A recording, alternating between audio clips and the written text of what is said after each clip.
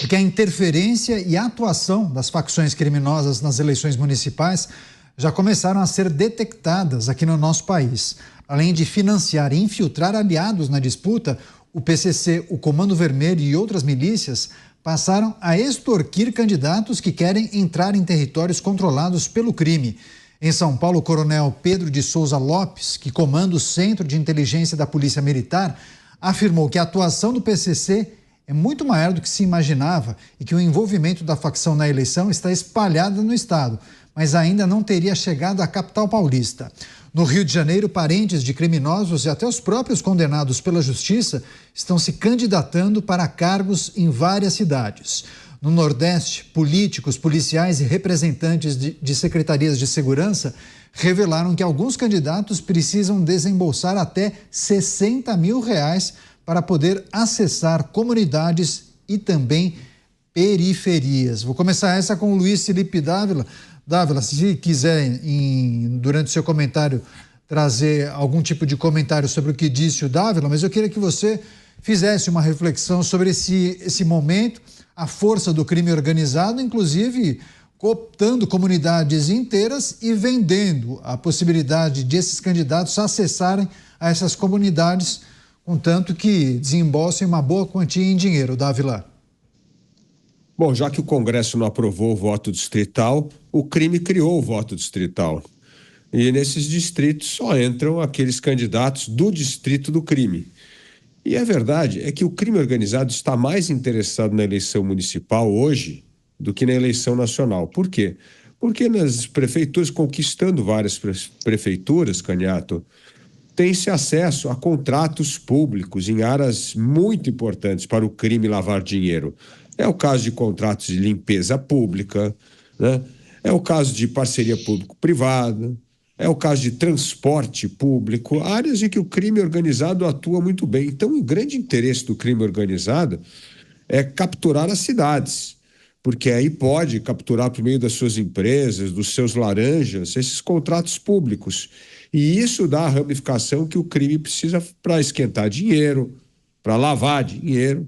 Então, o voto distrital por meio do crime não é uma coisa que surgiu nessa eleição, já acontece há muito tempo.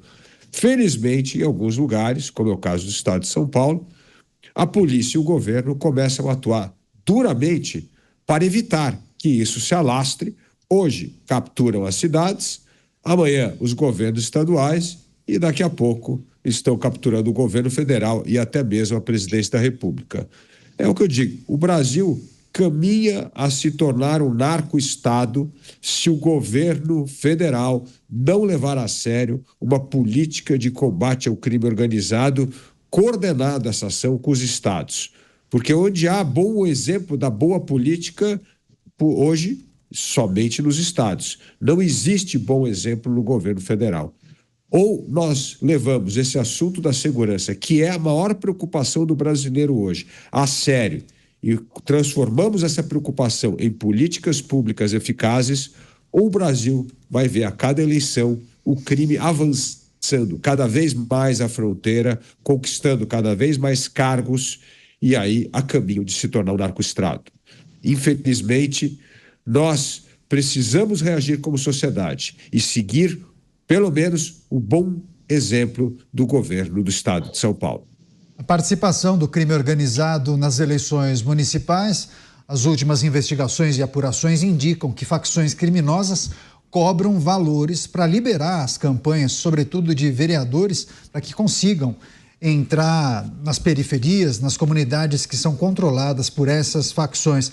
Agora, Cristiano Beraldo, é de interesse, né, dessas facções que eles consigam eleger candidatos, especialmente vereadores, porque uma vez com representantes na Câmara Municipal, eles vão ter acesso não somente àqueles contratos mencionados pelo Dávila, mas também as indicações para subprefeituras. E nas subprefeituras é onde ficam prioritariamente os fiscais, que cuidam de uma série de coisas e regramentos para o funcionamento de tudo que se refere à cidade. Pode uma mesa de um restaurante na calçada, tem que ter tantos metros de recuo, ou seja, tem uma série de regras que os fiscais das subprefeituras precisam ali verificar. naturalmente, se o crime organizado tiver acesso a esses fiscais, digamos que eles podem extorquir, inclusive, comerciantes, né, Beraldo? Canhoto, o que acontece é que o crime organizado ele é muito pragmático. Você, quando tem uma atividade que precisa colocar a sua vida em risco para conseguir ganhar dinheiro, a sua percepção de risco e retorno é completamente diferente. Então, o que eles estão enxergando é que é mais fácil eles patrocinarem os seus para serem os mandatários do que ficarem comprando os políticos com os quais eles se relacionam, porque, em geral, esses políticos têm uma goela muito larga. Então, quando você cria uma relação em que usa o seu cargo para favorecer algum tipo de atividade ilícita, você rompe uma barreira que depois você não consegue mais voltar. E o objetivo passa a ser pura e simplesmente faturar. E o tráfico faz conta, o crime organizado faz conta. Então, eles já estão vendo que, como eles comandam áreas da cidade, áreas que, inclusive, são entregues por prefeitos, governadores, na mão do crime. Isso no Rio de Janeiro tem um montão, e não é só lá, não. Brasil inteiro. Então, você tem essas áreas que são comandadas pelo crime organizado, nenhuma força pública chega perto, e lá eles determinam, o crime organizado é que determina o que vai acontecer. Então é muito mais barato, é muito mais lógico eleger os seus, porque aquelas pessoas que vão ali representar o crime organizado, eles sabem que não podem pisar na bola, eles sabem que mesmo com mandato não podem crescer o olho, e isso fica muito mais conveniente para a bandidagem. Então, o que a gente está vendo é que esse dinheiro do crime será cada vez mais usado para deturpar o processo democrático no Brasil. E ao invés de se colocar tanto esforço em coisas menores e colocar essas coisas menores como grandes ameaças à democracia, nós deveríamos ter as autoridades brasileiras olhando esse problema com lupa, porque será muito difícil de impedir esse movimento, mas esse movimento terá consequências fatais para o Brasil. Pois é, faz todo sentido, porque não faz tanto tempo nós tivemos acesso a informações de que integrantes de facções criminosas estariam financiando faculdades de direito para os seus integrantes, com o objetivo de lá na frente, inclusive, estimular esses jovens a prestarem concursos para o Ministério Público e para a magistratura. Mota, queria também pedir sua reflexão sobre esse problema, mais um problema que a gente precisa analisar aqui na nossa bancada, facções criminosas penetrando inclusive em todo o processo eleitoral, cobrando valores para liberar as campanhas de entrarem nas comunidades. Mota. O tráfico de drogas é uma das atividades criminosas mais violentas, organizadas e bem financiadas, Canhoto. A legislação brasileira trata o traficante com benevolência, como se fosse um pobre coitado que não tinha o que comer em casa e aí resolveu transportar 50 toneladas de cocaína da Bolívia para a Europa, usando uma estrutura sofisticadíssima para poder levar um pão para casa para o filho que estava com fome. Há muito tempo que essas organizações estão diversificando seus negócios. Isso aí já se sabe, né? Há algum tempo. Elas estão lavando o dinheiro obtido com o narcotráfico e conseguindo receitas adicionais, faturamento adicional em outras atividades. A gente escuta muito falar disso, né? Eu até agora não conheço exatamente nenhum caso concreto, mas a gente escuta muito falar nisso, das facções que estão patrocinando estudantes para depois se formarem, virarem advogados. Eu acho, a cena que eu vejo hoje, não há necessidade nenhuma dessas facções gastarem dinheiro com isso, porque isso já é um processo que acontece naturalmente.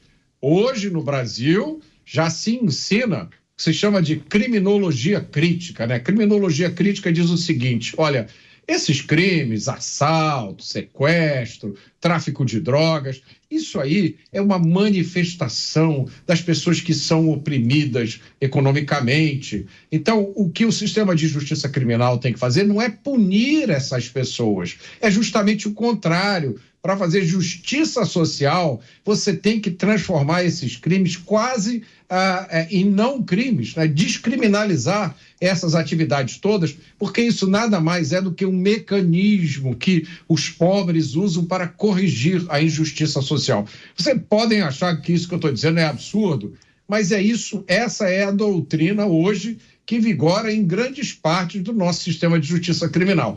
Um dos resultados disso é que se trata organizações criminosas como essas, como se fosse grupinhos de adolescentes que saíram de casa para fazer uma bagunça na rua, e aí elas dominam.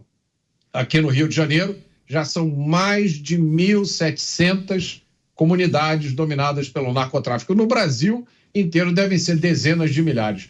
O domínio da política nada mais é do que uma progressão natural de tudo que a gente tem visto até hoje. Quem se espanta com isso não está prestando atenção no que está acontecendo no Brasil. Pois é, pontos importantes trazidos pelo Mota e também pelo Cristiano Beraldo. Quer fechar você, Dávila? Tem algum complemento a fazer, por favor? É isso mesmo. O crime vai ocupando o espaço onde o Estado não consegue mais atuar. O Estado não consegue ocupar território, a polícia não consegue entrar em comunidades, e isso faz com que o crime se fortaleça cada vez mais. A história do PCC mostra que o crescimento de uma organização criada dentro de um presídio para colocar ordem no presídio e depois se tornar uma das maiores organizações criminosas do mundo em 30 anos, mostra o espaço que essa degeneração do Estado em não conseguir manter a ordem dentro dos próprios presídios, depois nas ruas, nos bairros e nas comunidades, criou uma grande avenida para o crescimento do crime organizado. E hoje é isso aí, como bem disse sempre o Beraldo aqui, uma organização que fatura mais que a Petrobras, cujo lucro é maior que o da Petrobras. É inacreditável o que aconteceu nos últimos 30 anos. O crescimento do PCC é o retrato perfeito da falência do Estado.